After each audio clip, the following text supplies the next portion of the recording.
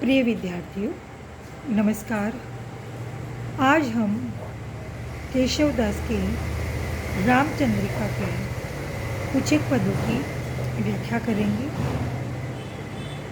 बात कल की व्याख्यान से आगे, जैसा कि हमने अपने पिछले व्याख्यान के अंतर्गत यह बताया था कि जब राम, लक्ष्मण और विश्वामित्र जनकपुरी की तरफ जाते हैं तो वहाँ के सूर्योदय का जो सौंदर्य है वो लक्ष्मण के मानस पर पड़ता है और जैसा वो वर्णन करते हैं उसे लिपिबद्ध करते हैं केशवदास जी अपनी रामचंद्रिका के अंतर्गत। इसी संदर्भ में आगे का जो पद है हम आज लेंगे इसी को।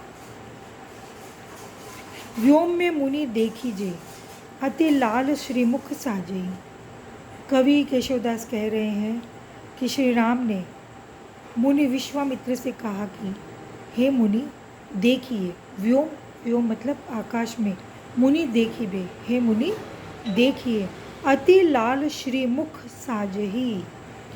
आकाश में सूर्य का अत्यंत लाल मुख इस प्रकार शोभायमान हो रहा है, सिंधु में बड़वाग्नि को, मानो समुद्र में बड़वाग्नि। बड़वाग्नि कहते हैं समुद्र की आग को, समुद्र की अग्नि को। जनु ज्वाल माल बिराजही, यानी समुद्र के अंदर आग की ज्वालाएं आ गई हो, ऐसा आकाश के अंदर सूर्य का लाल मुख दिखाई दे रहा है। यहाँ पर आकाश समुद्र के रूप में चित्रित किया गया है और सूर्य जो लाल लाल है वो बड़वाग्नि यानी समुद्र की आग के रूप में, और उसकी जो किरणें हैं वो आग की ज्वाला के समान है।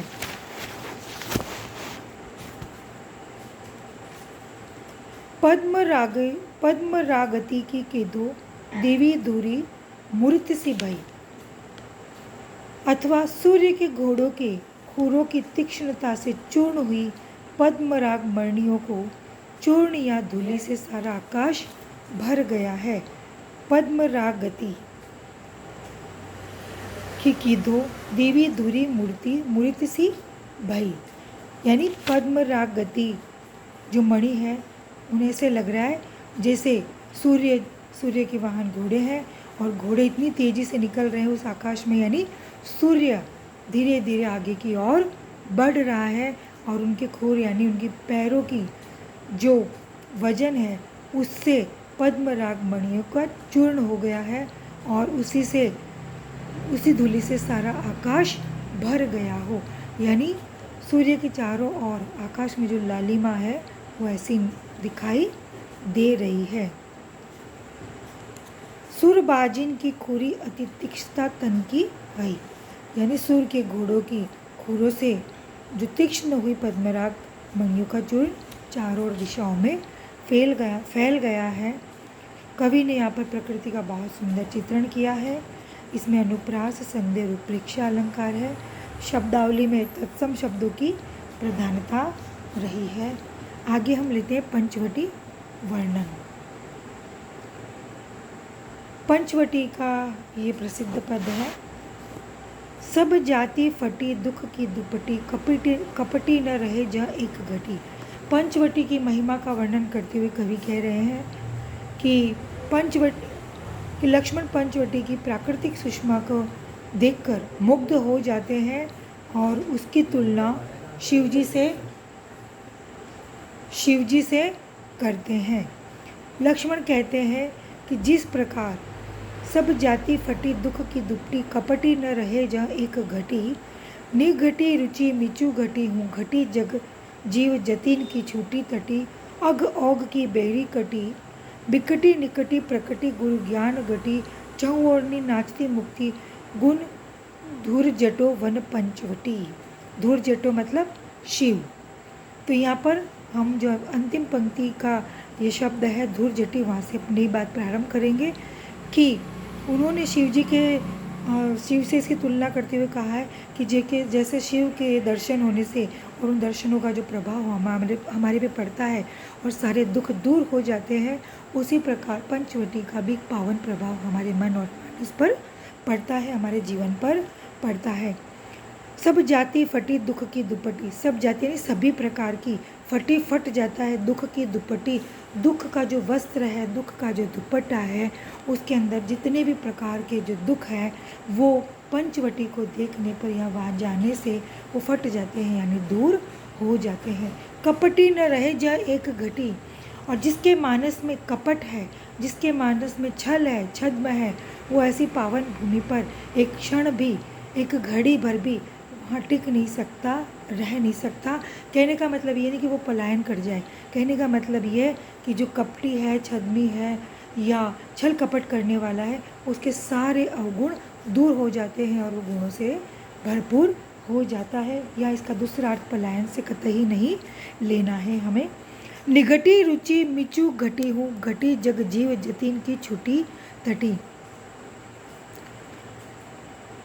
शिवजी के दर्शन पाने से मनुष्य जिस प्रकार मुक्ति की कामना छोड़ देता है तथा ब्रह्म का साक्षात्कार करने के लिए समाधिस्थ होने की अभिलाषा नहीं करता, उसी प्रकार यह पंचवटी के पवित्र परिवेश में आकर मानव की मरने की रुचि भी घटती जाती। निघटी मतलब घट जाती है, रुचि मतलब इच्छा, मिचू घटी हूँ यानी मृत्यु की जो इच्छा है वो घट जाती है। जग जीव जतीन की छूटी तटी, इस संसार से जीव की जतीन की छूटी तटी, उसकी सारी आकांक्षाएं छूट जाती है। मानव की मरने की रुचि की हमने बात कर ली। यति लोगों की समाधि अवस्था भी छूट जाती है। तात्पर्य है कि पंचवटी के प्राकृतिक सौंदर्य को देखकर मानव की सभी भौतिक एवं आध्यात्मिक कामनाएं दूर हो जाती है और उसके मन को परम शांति की प्राप्ति होती है। अग औग की बेड़ी कटी, लक्ष्मण आगे कहते हैं कि पंचवटी में प्रवेश करते ही पापों की बेड़ियाँ कट जाती। अगोग यानी पापों की बेड़ी मतलब बेड़ी कटी। बिकटी निकटी प्रगटी गुरु ज्ञान गटी, और वहाँ पर जैसे हम निकट जाते हैं, उसके समीप जाते हैं, तो जैसे गुरु का ज्ञान हमारे चक्षुओं को खोल देता है, उसी प्रकार से पंचवटी का जो प्रभाव है वह भी गुरु के ज्ञान के समान है। चारों ओर नी नाचती मुक्ति नटी, उस पंचवटी के चारों ओर मुक्ति रूपी नटी नृत्य करती रहती है, यानी चारों ओर मोक्ष ही मोक्ष रहता है। गुण धुर जन जटी वन पंचवटी, पंचवटी के जो गुण है, उस पंचवटी वन के जो गुण है वो शिव के दर्शन के समान है। प्रस्तुत पद के अंतर यहाँ पर केशवदास जी ने पंचवटी के प्रभाव का वर्णन किया है। अनुप्रास और यमक अलंकारों का प्रयोग है। छंद दुर्मिल सवैया है। धन्यवाद विद्यार्थी।